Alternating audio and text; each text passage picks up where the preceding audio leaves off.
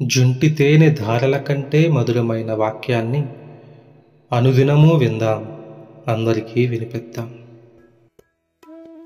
వాడుక భాషలో పరిశుద్ధ గ్రంథ ధ్యానము. ఆదికాండము 10వ అధ్యాయము. నోవాహు కుమారులు షేము, హాము, యాపేతుల సంతతి వారి వంశవృక్షం ఇది. జలప్రలయం తరువాత వారికి కొడుకులు పుట్టారు. యాపేతు కొడుకుల పేర్లు గోమెరు, మాగోగు, మాదయి, యావాను, తుబాలు, మెషకు, తీరస్సు.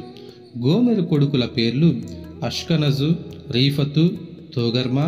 యావాను కొడుకులు ఎలీషా, తర్షీషు, కిత్తీం, దాదోనిం. వీరి సంతతి వారు సముద్ర తీర ప్రాంతాలకు, లంకలకు వెళ్తూ తమ తమ భాషల ప్రకారము, వంశాల ప్రకారము వేరువేరు ప్రజలయ్యారు. హాము కొడుకుల పేర్లు కూషు, మిశ్రాం, పూతు, కనాను. కొడుకులు కూషు, సెబా, హవీలా, సప్తా, రాయమ, సప్తాక.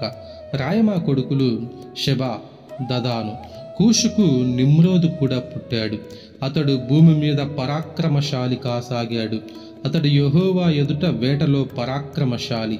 అందుచేత యెహోవా ఎదుట వేటలో పరాక్రమశాలి నిమ్రోదులాగా అనే లోకోక్తి ఉంది. అతడి రాజ్యం షీనారు దేశంలో ఉన్న బాబెలు, ఎరెకు, అక్కదు, కల్నే అనే పట్టణాలతో ఆరంభమైంది. ఆ దేశం నుండి అష్షూరుకు వెళ్ళి నీనెవే, రహోబోతునగర్, కాలాహును, నీనెవేకు కాలాహుకు మధ్య ఉన్న రెసెసును కట్టాడు. ఇవన్నీ కలిసి ఆ ఒకే గొప్ప పట్టణంగా ఉన్నాయి. మిస్రాయిం ఈ వేరువేరు ప్రజలకు ఆది పురుషుడు.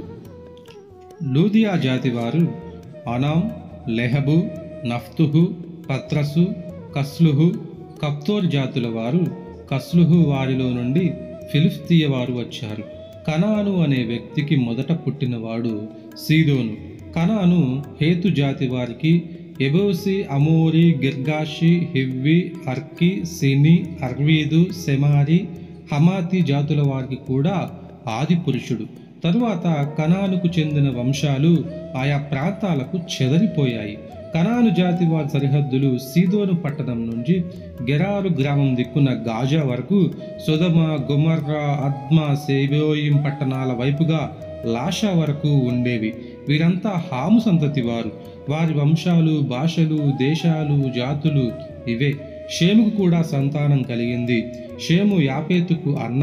ఎబెరు కొడుకులందరికీ ఆది పురుషుడు. షేము కొడుకులు ఎవరంటే ఏలాం, అషూరు, అర్పక్షదు, లూదు, అరాం. అరాం కొడుకులు ఊజు, హూలు, గెతెరు, మాషు. అర్పక్షదుకు షేలాహు జన్మించాడు. షేలాహుకు ఎబెరు జన్మించాడు. ఎబెరుకు 2 కొడుకులు జన్మించారు. ఒకటి పేరు పెలెగు, ఎందుకంటే అతడి రోజుల్లో భూలోకం దేశాలుగా విభాగమైంది. అతని తోబుట్టువు యొక్తాను. యొక్తానుకు జన్మించిన వారు ఎవరంటే అల్మోదాదు, సెలపు, హసరు, మావెతు, ఎరహు, హదోరాం, ఉజాలు, దిక్లాను, ఓబాలు, అబీమాయేలు, షేబా, ఓఫీరు, హవీలా, మోబాబు. వీరంతా యొక్తాను కొడుకులు.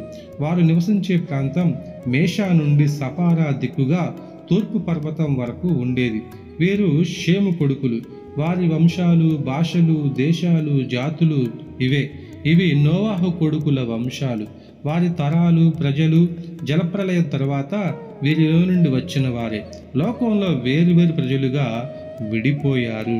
దేవుని పరిశుద్ధ వాక్యము దీవించబడునుగాక. ఆమేన్.